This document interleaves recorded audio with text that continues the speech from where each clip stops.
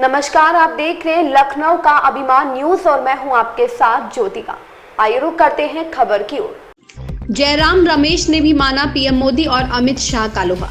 बोले, चुनाव कोई सौंदर्य प्रतियोगिता नहीं। प्रधानमंत्री मोदी ने दावा किया है कि आगामी लोकसभा चुनाव में भाजपा 370 और एनडीए 400 से ज्यादा सीटों पर जीत दर्ज करेगा। अब कांग्रेस नेता भी मानने लगे हैं कि विरोधियों पर दबाव बनाने के मामले में पीएम मोदी और अमित शाह का जवाब नहीं है। कांग्रेस महासचिव जयराम रमेश ने कहा कि पीएम मोदी और अमित शाह मानसिक लड़ाई के मामले में विशेषज्ञ हैं। अगर वे 370 से ज्यादा सीटों पर जीत रहे हैं तो फिर से बीजेपी, पवन कल्याण या टीडीपी के पीछे क्यों भाग रहे हैं। जयराम रमेश का यह बयान ऐसे समय आया है जब भाजपा ने टीडीपी और पवन कल्याण की जनसेना पार्टी के साथ गठबंधन का ऐलान किया है। साथ ही भाजपा ओडिशा में बीजेपी के साथ गठबंधन की संभावनाओं को टटोल रही है। भारत जोड़ो न्याय यात्रा में शामिल कांग्रेस नेता ने मीडिया से बात करते हुए विपक्षी गठबंधन के प्रधानमंत्री के चेहरे के बारे में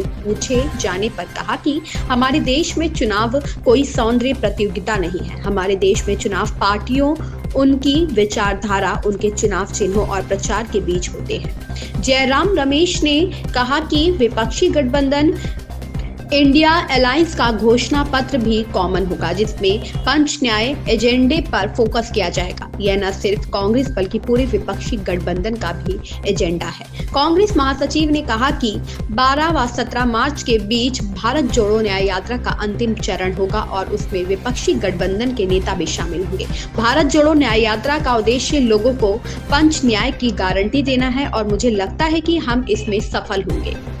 ये देखिए, चुनाव ना, ये मनोवैज्ञानिक खेल खेलने में अमित शाह और नरेंद्र मोदी बहुत माहिर हैं। ये मार्केटिंग में तो बड़ी कुशलता दिखाते ही हैं, पर ये साइकोलॉजिकल वॉरफेयर जो है ना, 370 पार करेंगे, 400 पार करेंगे, सब बयान है, हकीकत नहीं।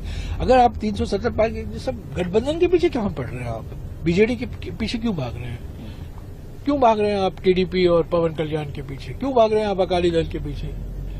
तो आप इंडिया गठबंधन को कमजोर करने में लगे हुए थे। आपने पलटी करवा दिया नीतीश कुमार से, आरएलडी को भी पलटी करवा दिया। तो ये सब मैं आंकड़े में नहीं जाऊंगा, पर मैं यही कहूंगा, मैं जब छोटा था, मैंने एक बहुत मशहूर फिल्म था, सुपर हिट फिल्म था, जिसके गाने आज भी मुझे याद है और सब लोग गाते हैं वो गाना, विश्वजीत और वहीदा रहमान। 20 साल बाद 2003 में क्या हुआ? दिसंबर के महीने में हम छत्तीसगढ़ बुरी तरीके से हारे, हम मध्य प्रदेश बुरी तरीके से हारे, राजस्थान बुरी तरीके से हारे, सिर्फ दिल्ली जीत पाए और हमारा मनोबल बहुत नीचे गिर गया था। मुझे आज भी याद है, हमारे सब बड़े बड़े नेता, मनोबल बहुत नीचे गिर गया था।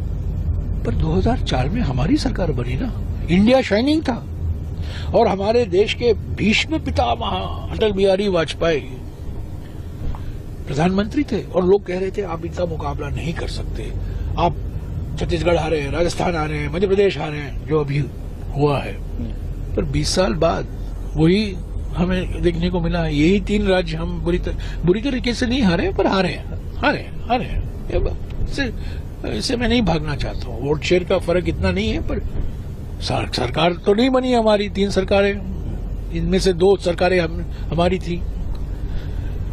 एक्चुअली ऐसा देखा जाए 3 सरकार थी। कमलनाथ की सरकार ज्योतिरादित्य सिंधिया की गद्दारी के कारण वो सरकार गिरी मार्च 2020 में। तो 20 साल बाद ये भी हो सकता है। प्रधानमंत्री को भूलना नहीं चाहिए।